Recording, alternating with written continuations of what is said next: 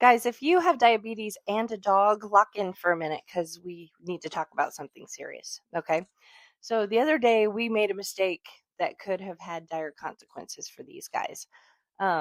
We were all just standing in the kitchen, chowing down on some sugar free popsicles, and my son decided that he didn't want the rest of his. So he let each of our dogs take a little bite of it, which is not so strange in our house. But later that night, I was in bed and I just sat bolt upright, realizing the enormity of what he had done. We could have been at the emergency vet with 4 different dogs because lots of sugar free things contain something called xylitol. It's an artificial sweetener and it is toxic to dogs. And we're not talking a little tummy ache toxic, we are talking seizures, coma, liver failure, and death kind of toxic. Luckily, these popsicles did not contain xylitol, so we were okay. But if they had, we would have just exposed all of our dogs to it without a second thought.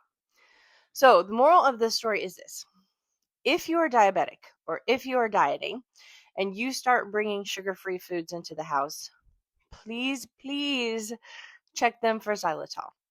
And don't just look for the word xylitol because it can be on the label as other things like wood sugar, birch sugar, and birch bark extract, or even just labeled as sweetener.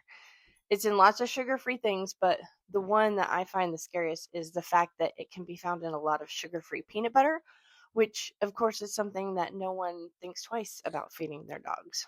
So, best practice, just don't feed anything sugar free to your dogs. But do be aware of it in case they accidentally ingest it. And if they do, don't wait. With this kind of poisoning, especially, time is super important. So call your vet immediately. So we all want to be healthy, but we don't want to jeopardize the health of our best friend. So just be careful as you're bringing these new sugar free foods into your house.